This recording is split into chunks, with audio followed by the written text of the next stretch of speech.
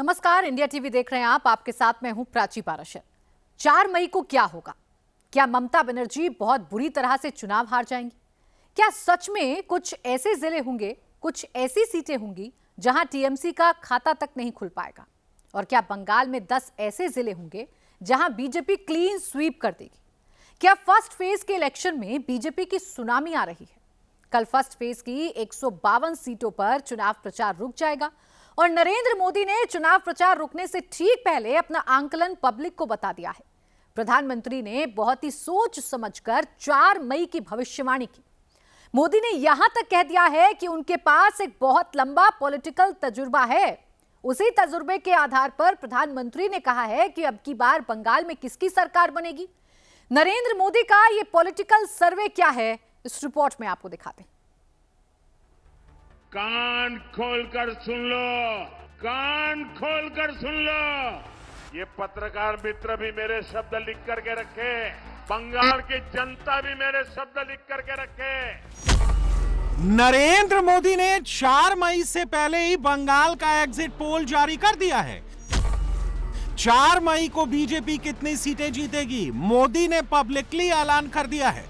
मैं आमतौर पर चुनाव में कभी भी आगाही नहीं करता। क्या नतीजा आएगा मैं कभी बोलता नहीं हूं। मैं सालों से चुनाव लड़ रहा हूं, लेकिन मैं उन बातों को टालता हूं। लेकिन इस बार मेरे राजनीतिक अनुभव के आधार पर मैं कह रहा हूं, मेरे राजनीतिक अनुभव के आधार पर कहता हूं, 4 मई को क्या नतीजे आने वाले हैं। इस बार बीजेपी के आगे मोदी ने जो नंबर दिया है, उसने दीदी के कैंप में भूकंप ला दिया है। 24 साल के पॉलिटिकल करियर में पहली बार अपने राजनीतिक अनुभव के आधार पर मोदी ने बंगाल पर सबसे बड़ी भविष्यवाणी कर दी है। इस बार बीजेपी बहुत भारी बहुमत से सरकार बनाने जा रही।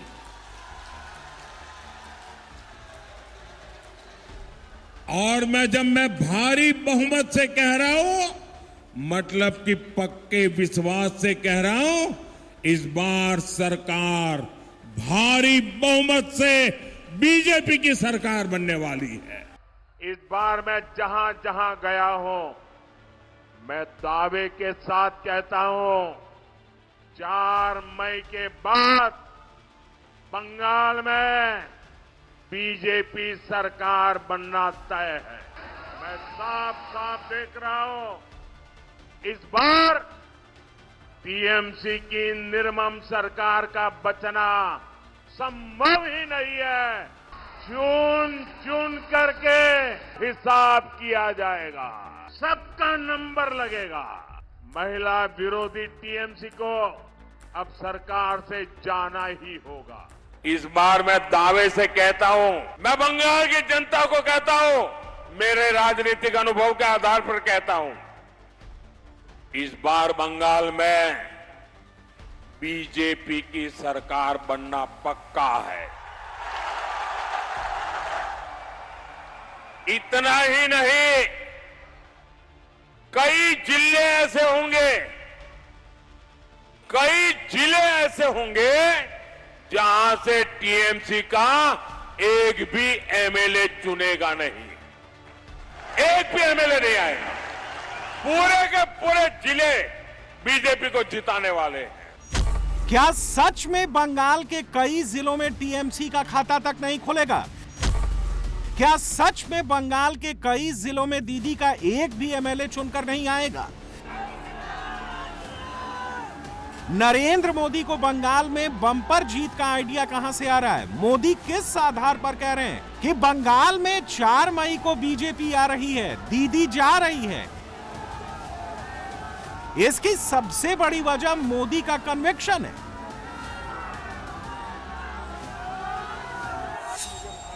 बंगाल में फर्स्ट फेज की वोटिंग से चंद घंटों पहले मोदी ने अपना खुद का नियम तोड़ दिया है। नरेंद्र मोदी ने कोई भी चुनावी नतीजों की भविष्यवाणी नहीं की, न गुजरात में, न 2014 में, न 2019 में, न 2024 में। मोदी ने केसरिया से मन जोगी हुआ रे, दिल झूमे देखो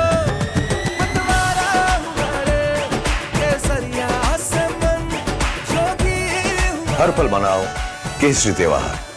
विमल, बोलो जुबान केसरी। हर बार इस सवाल को टाला कि बीजेपी कितनी सीटें जीतेगी। मोदी ने हर बार यही कहा कि जनता तय करेगी।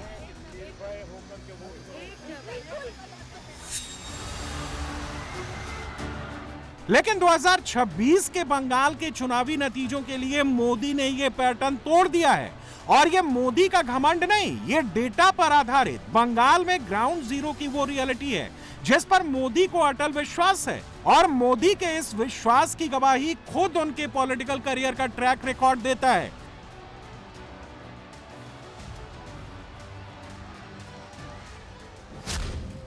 मोदी ने अपने राजनीतिक करियर में 2001 के बाद से लेकर 2024 तक कुल 7 चुनाव व्यक्तिगत रूप से लड़े और सभी 7 में जीत हासिल की है। 4 बार गुजरात के सीएम के तौर पर और 3 बार देश के पीएम के तौर पर।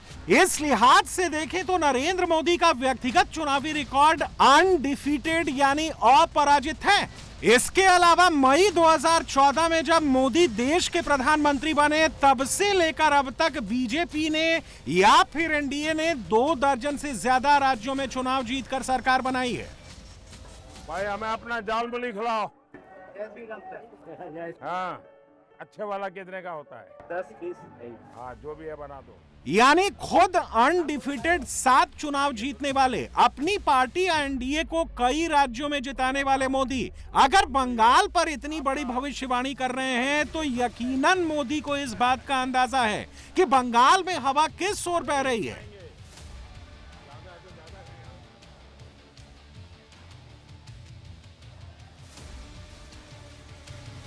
और मोदी के इस कॉन्फिडेंस की वजह उनका पब्लिक कनेक्ट भी है। झारग्राम में झाल मुड़ी खाने से लेकर सिलीगुड़ी में शादी समारोह में पहुंचने तक और पूर्व बर्धमान में व्लॉग बनाकर खुद चुनाव की ग्राउंड रिपोर्टिंग करने तक मोदी बंगाल का मूड फर्स्ट फेज की वोटिंग से पहले ही भांप चुके हैं।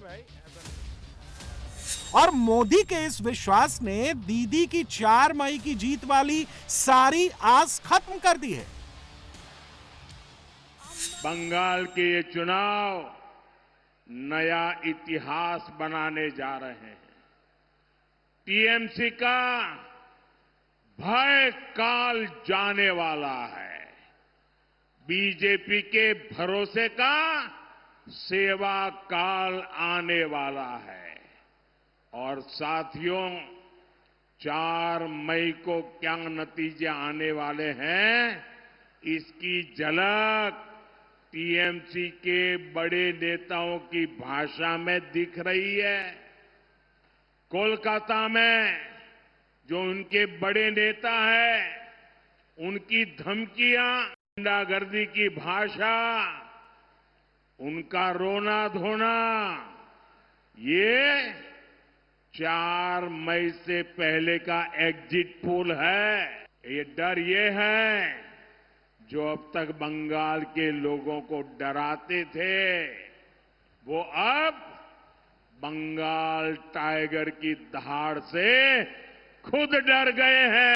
ये बंगाल टाइगर की दहाड़ है। और बंगाल टाइगर कौन है?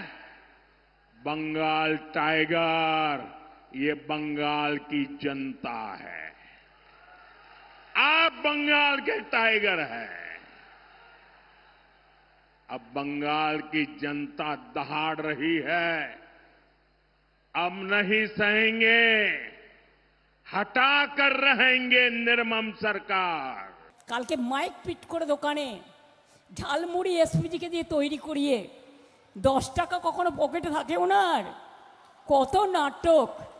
নির্বাচনের সময় গুহাতে গিয়ে বসে থাকেন, কখনো নির্বাচনের সময় বলে আমি চায়ওয়ালা, 10 টাকা বের করে ঝালমুড়ি খাচ্ছে। বুঝুন, সেই ঝালমুড়িটাও নিজেদেরই তৈরি করা।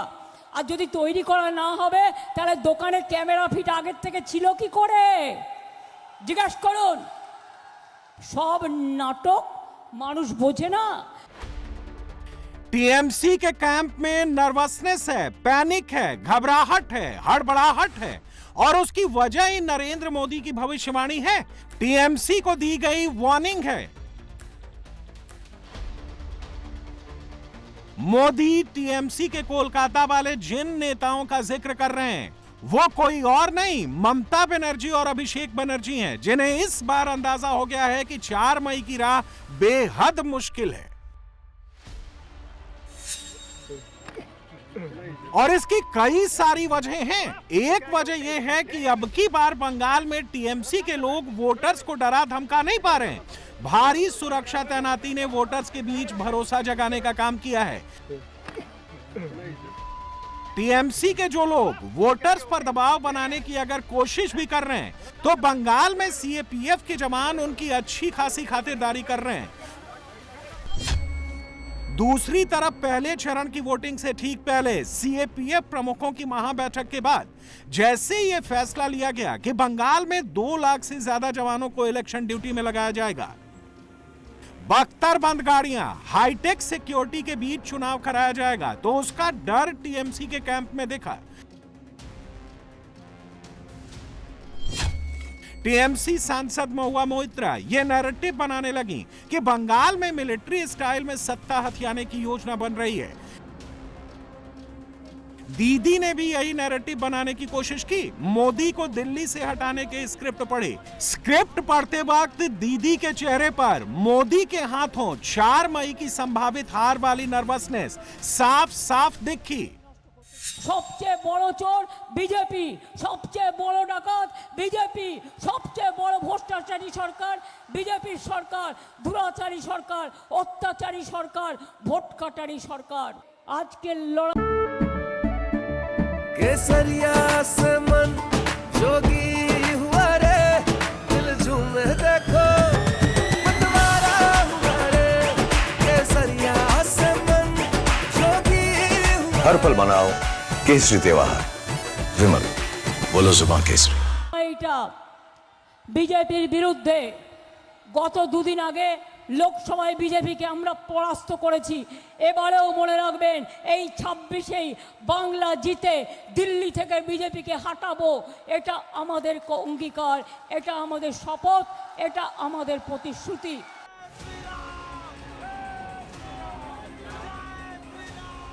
ममता बनर्जी नर्वस हैं, ये साफ साफ दिख रहा है। वो नर्वस क्यों हैं? 4 मई को लेकर इतनी टेंशन में क्यों हैं?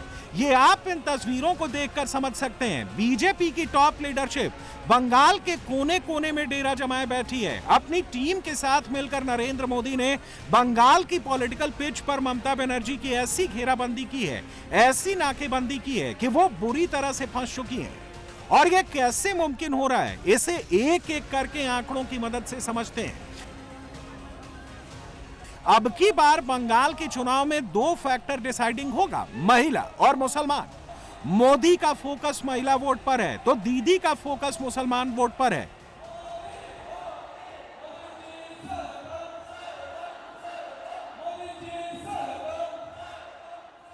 पहले मुस्लिम वोट की बात करते हैं। टीएमसी और बीजेपी के बीच वोटों का अंतर बढ़ जाता है जब मुकाबला मुस्लिम मेजॉरिटी जिलों में दाखिल होता है। 26 সালে আগের বারের থেকেও তৃণমূল 2024 में मुस्लिम डोमिनेटेड जिलों में टीएमसी और बीजेपी के वोट शेयर का फर्क देखिए। मुर्शिदाबाद में बीजेपी का वोट शेयर 39.1% था तो टीएमसी का वोट शेयर 46.2% था। मालदा में बीजेपी 37.4% पर थी, टीएमसी 43.2% पर थी। उत्तर दिनाजपुर में बीजेपी 35.9%, टीएमसी 42.1%, बीरभूम में बीजेपी 34.8%, टीएमसी 40.9%, साउथ 24 परगना में बीजेपी 33.4%, टीएमसी 38.9%, नादिया में बीजेपी 30.1%, टीएमसी 32.7%, हावड़ा में बीजेपी 27.3%, टीएमसी 30.2%, नॉर्थ 24 परगना में बीजेपी 25.5%, टीएमसी 27.5%, कूच बिहार में बीजेपी 21.3%, टीएमसी 22.5%, दक्षिण दिनाजपुर में बीजेपी 19.7%, टीएमसी 20.8%, वर्धमान में बीजेपी का वोट शेयर 18.9% था, टीएमसी का वोट शेयर 20.1% था।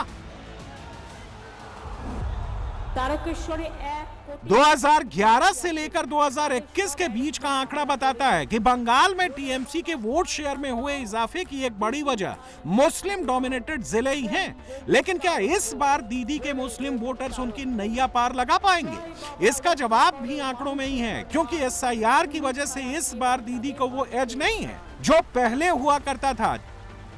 तृणमूल की सबसे बड़ी कमजोरी क्या है? कमजोरी है उसकी वोटों की बर्बादी। तृणमूल का पूरा राज्य स्तर का मार्जिन सिर्फ कुछ सीटों से आता था, उनमें से भी ज्यादातर मुस्लिम बहुल इलाकों से, जहां वो भारी मार्जिन से जीतती हैं। लेकिन ये वेस्टेड वोट टीएमसी को ज्यादा सीटें दिलाने में कोई मदद नहीं करते। वेस्टेड वोट वो वोट होता है जो किसी उम्मीदवार को जीतने में मदद नहीं करता। नंबर्स देखिए तो साफ है, तृणमूल के पास 114 ऐसी सीटें हैं जहां मार्जिन 10% से ज्यादा है, जबकि भाजपा के पास सिर्फ 35 ऐसी आरामदायक सीटें हैं। 24 के लोकसभा चुनाव में तृणमूल ने करीब 55.8 लाख वेस्टेड वोट्स डाले, जबकि भाजपा के सिर्फ 11.9 लाख। यानी तृणमूल की बर्बादी भाजपा से करीब 5 गुना ज्यादा है। 2021 के विधानसभा चुनाव के हिसाब से यह अंतर और भी बड़ा था। तृणमूल 65 लाख, भाजपा सिर्फ 5.5 लाख, और इनमें से आधे से ज्यादा एक्स्ट्रा मार्जिन मुस्लिम बहुल सीटों से आया।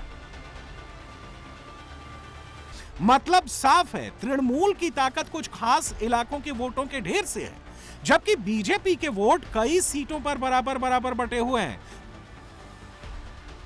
First past the post system में जब स्विंग होता है तो बराबर बटे वोट ज्यादा सीटें दिला देते हैं।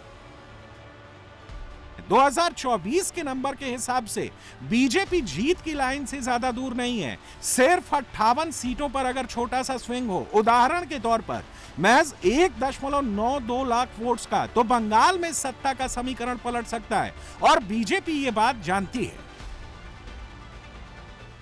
जी घबराई हुई है, उनको ध्यान में आ गया कि बंगाल की जनता उनको इस बार पक्का पराजय करवाएगी। उनके पैर के नीचे से जमीन खिसक चुकी है, उनकी जनाधार और भी बची नहीं। बंगाल पूरा मोदी जी को भरोसा करके डबल इंजन सरकार की ओर बढ़ रहा है। आज बंगाल की सभी सनातनी घुसपैठियों की दबाव से डरे हुए हैं। बंगाल एक तरफा से पूरा एक तरफ होके बीजेपी को जिताने के लिए पण कर चुका है। ये जब ममता जी जगह जगह पे जा रही है, वो देख रही है, उनके मन में घबराहट आ रही है, इसलिए अनर्गल बोल रही है। पूरा बोलेंगे, पूरा जनता को धन्यवाद देना चाहता हूं जो आप लोग आए थे, लाखों का मानुष का भीड़ हुआ, ये बहुत बड़ी बात है। इस बार बांकुड़ा जिला में 12 का 12 सीट भाजपा जीतेगा, तृणमूल हारेगा, तृणमूल इस बार राज्य में हारेगा, भाजपा आएगा। जो वोटर है वही वोट दे सकता है भाई साहब। ऐसा कैसे हो सकता है कि आप कह रहे हैं देश भर से लोग बुलाए जा रहे हैं वोट करने के लिए? जो यहाँ पर विधिवत वोटर है इलेक्टोरल रोल के अंतर्गत, वही वोट दे सकता है। जो इलेक्टोरल रोल में है वही वोट कर सकता है। तो ऐसा कैसे हो सकता है कि देश भर में किसी एक समुदाय को मैसेज जा रहा है वोट करने? जो लोग जजेस को हॉस्टेज करते हैं तृणमूल की सरकार के चलते, वो कह रहे हैं कि हम डरा रहे हैं। केसरिया से मन जोगी हुआ रे, दिल झूमे देखो मतवारा हुआ रे। केसरिया से मन जोगी हुआ। हर पल मनाओ केसरी त्योहार। विमल, बोलो जुबान केसरी। जो देश के राष्ट्रपति का अपमान करते हैं वो कह रहे हैं हम डरा रहे हैं। जिनका भाईपो बैठ के देश के गृह मंत्री को धमकी दे रहा है, वो कह रहे हैं हम डरा रहे हैं। एसआईआर ने दीदी के मुस्लिम वोट को तितर बितर कर दिया है, और फर्स्ट फेज की वोटिंग में इसका असर पड़ना तय है। पहले चरण में बंगाल की 152 सीटों पर वोटिंग होनी है। 2021 में इन 152 में से 92 सीट टीएमसी और 59 सीट बीजेपी ने जीती थी। एक सीट अन्य के खाते में गई थी। 152 में से 32 सीटों पर मुस्लिम आबादी 50 से 85% है। 17 सीट पर मुस्लिम आबादी 30 से 50% है। 23 सीट पर मुस्लिम आबादी 20 से 30% है, जबकि 38 सीट पर मुस्लिम आबादी 10 से 20% है। यानी ममता के पास 25 से 30% अल्पसंख्यक वोट पहले से पक्का है, लेकिन नंबर्स हमेशा पुरानी सोच के हिसाब से ही नहीं चलते, खासकर तब जब जमीन चुपके चुपके बदल रही हो। और अब नरेंद्र मोदी के साथ साथ बंगाल में योगी की एंट्री ने भी हवा का रुख पूरी तरह से बदल दिया है। योगी ने टीएमसी को नया नाम दे दिया है, टी से टेरर, एम से माफिया राज और सी से करप्शन। बंगाल के चुनाव प्रचार में योगी के उतरते जिस अंदाज में भीड़ रिएक्ट कर रही है, उसने भी दीदी को बहुत टेंशन दे दी है, क्योंकि योगी ने बंगाल के हिंदुओं को मैसेज दे दिया है, बंटोगे तो कटोगे वाला सेंटीमेंट हर हिंदू तक पहुंच चुका है।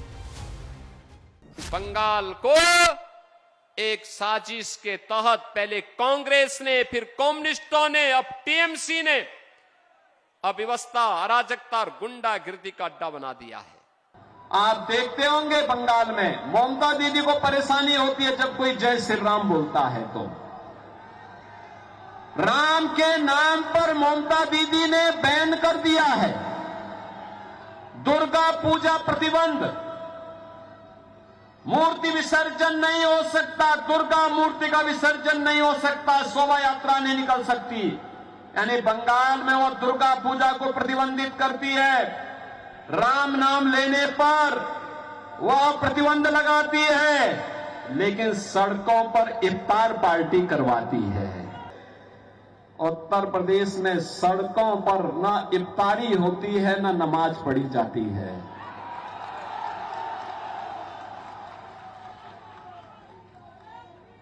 मस्जिद से अजान के स्वर भी नहीं सुनाई देते हैं। यूपी में गौ हत्या नहीं हो सकती, लैंड जिहाद और लव जिहाद की घटना भी नहीं हो सकती। माफिया हो या गुंडा, अगर कहीं उसने हिमाकत की तो यूपी का बुलडोजर केवल सड़क ही नहीं बनाता है, उसकी हड्डी और पसली को भी सड़क के साथ मिक्स करके चकनाचूर कर देता है। आज बंगाल का उद्योग बंद हो रहा है।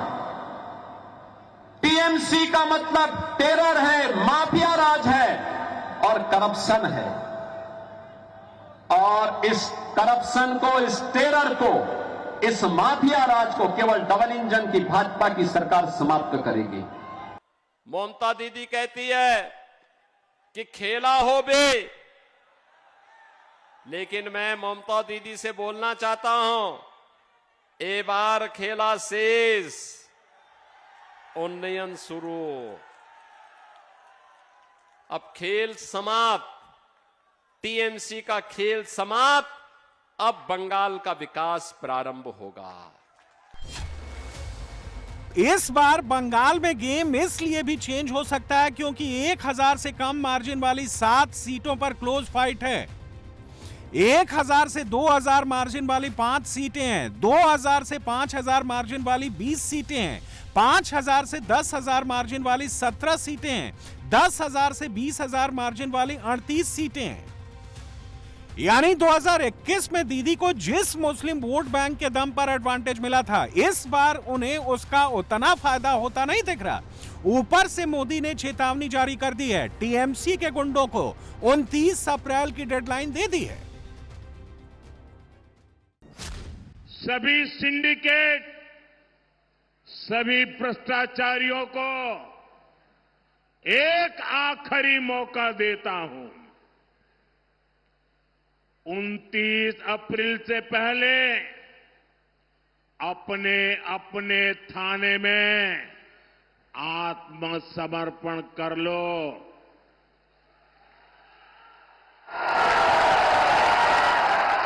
यहां पर 23 तारीख के पहले कर लो, क्योंकि 4 मई के बाद कोई भी बच नहीं पाएगा। बीजेपी ने बंगाल में अपने स्टार प्रचारकों की पूरी फौज उतार दी है और भीड़ बीजेपी नेताओं की रैली में उमड़ रही है, रोड शो में साथ साथ चल रही है। मोदी ये चुनाव कितने बारीक लेवल पर लड़ रहे हैं, इसका अंदाजा आप देवेंद्र फडणवीस की इन तस्वीरों से भी लगा सकते हैं। फडणवीस ने बंगाल में रहने वाले मराठी वोटर्स को लामबंद करना शुरू कर दिया है।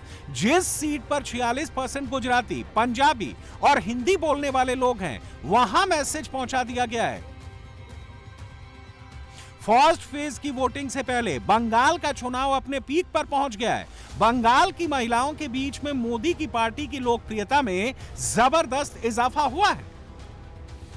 बाकी का काम नरेंद्र मोदी के इस वीडियो ने कर दिया है। मोदी के झालमुड़ी ब्रेक ने बंगाल का दिल जीत लिया है। मोदी के इंस्टाग्राम हैंडल पर इस वीडियो को 24 घंटे के भीतर 100 मिलियन व्यूज मिल चुके हैं। यह वीडियो फेसबुक पर 90 मिलियन का आंकड़ा पार कर चुका है। गूगल सर्च पर झालमुड़ी शब्द का ट्रैफिक 22 साल में सबसे हाईएस्ट है। यानी मोदी ने एक झटके में झालमुड़ी को वर्ल्ड फेमस बना दिया। ममता बनर्जी मोदी के झालमुड़ी ब्रेक को नाटक बता रही हैं। लेकिन मोदी का यह ब्रेक फर्स्ट फेज का टर्निंग पॉइंट भी हो सकता है। खान पान को लेकर जिस तरीके से टीएमसी ने नैरेटिव सेट किया था, पीएम ने उसे पूरी तरह से तोड़ दिया है। वो चाहते तो बंगाली संदेश भी खा सकते थे, लेकिन उन्होंने झालमुड़ी को चुना ताकि मैसेज जाए कि वो बंगाल के बिल्कुल आम लोगों की तरह ही हैं, और इसका असर दिखने लगा है। इस्लामाबाद में पीस टॉक होगी या नहीं, सस्पेंस बना हुआ है। इस्लामाबाद में तैयारियां पूरी हो चुकी हैं। अमेरिका के 6 जहाज उतर चुके हैं।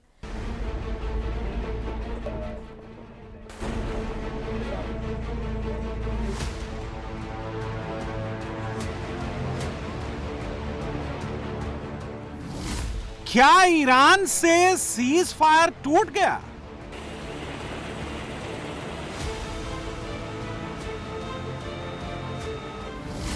क्या ईरान में युद्ध दोबारा शुरू हो गया?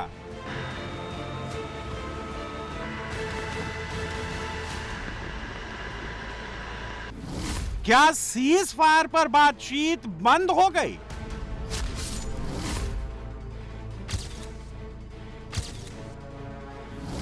क्या खाड़ी का युद्ध फिर धधकने वाला है?